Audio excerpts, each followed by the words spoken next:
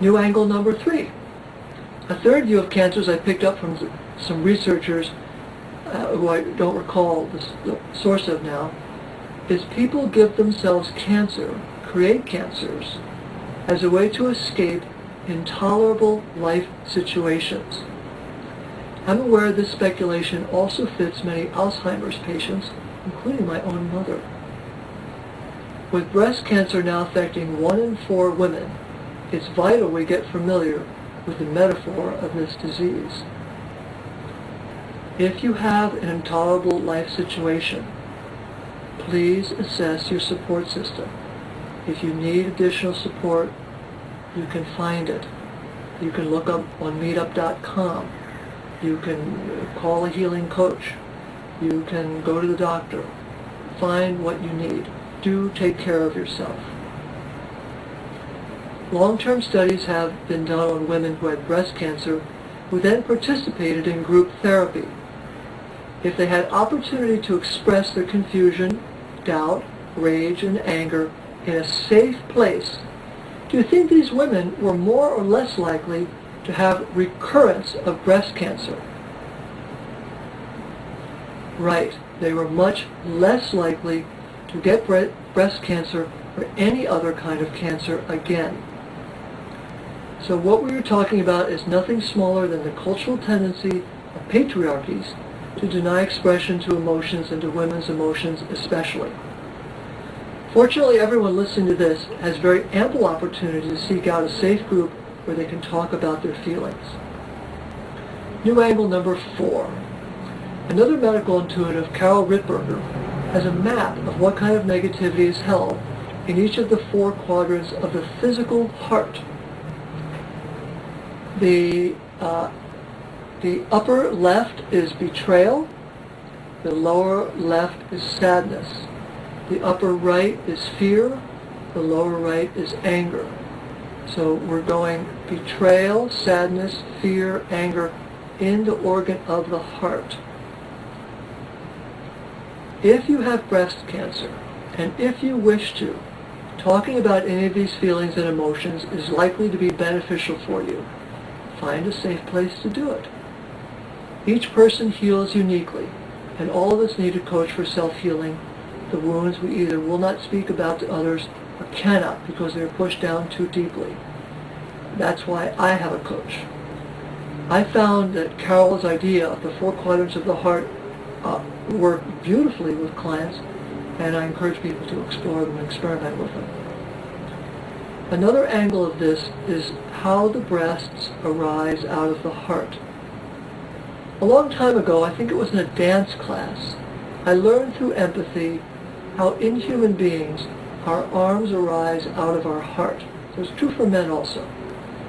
Our arms could come out of our kidneys or out of our ears, but they do not. Even more so than the arms, women's breasts come out of and arise from the heart center. In every case familiar to me, breast cancer has something to do with harboring unexpressed and unresolved negativity held in the heart.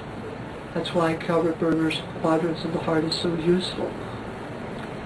In every case I can recall also, overgiving and overcaring for others was involved. Let's move this forward and look at Judy Garland and Ingrid Bergman, the famous film actresses. Artistic expressions of the pain women suffer having their emotions sabotaged and repressed routinely in Western patriarchies is on display in the movies of Judy Garland and Ingrid Bergman. The roles Judy and Ingrid played in the 1930s and 40s are wonderful illustrations of women who overgive.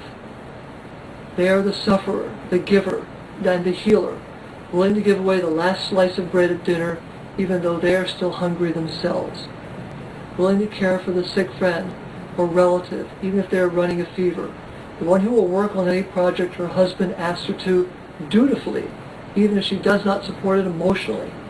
They are also the forgivers, forgiving the lead guy of the worst possible crimes.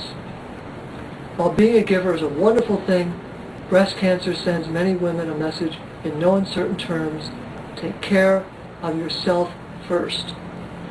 In Casablanca, Ingrid plays opposite Humphrey Bogart. Notice all the wonderful, healthy emotion and processing she displays, and how little he displays. So that's why there's such a useful polarity.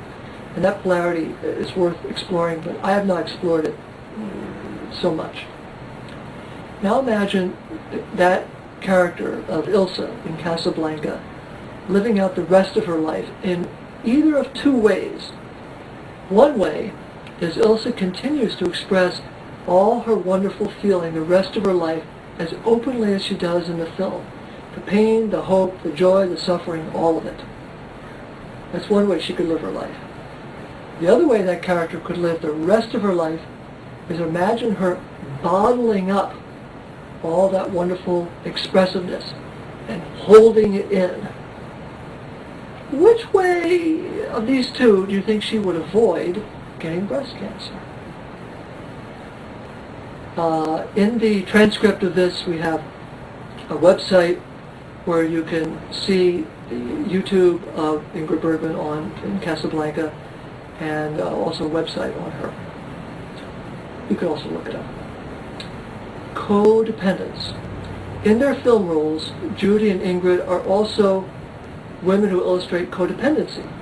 Codependency is not at all unique to women, but again due to the etheric makeup of women, where healthy reactivity is the top capacity, dysfunctional relationships become a source for much confusion, frustration, resentment, and anger, more in women than in men.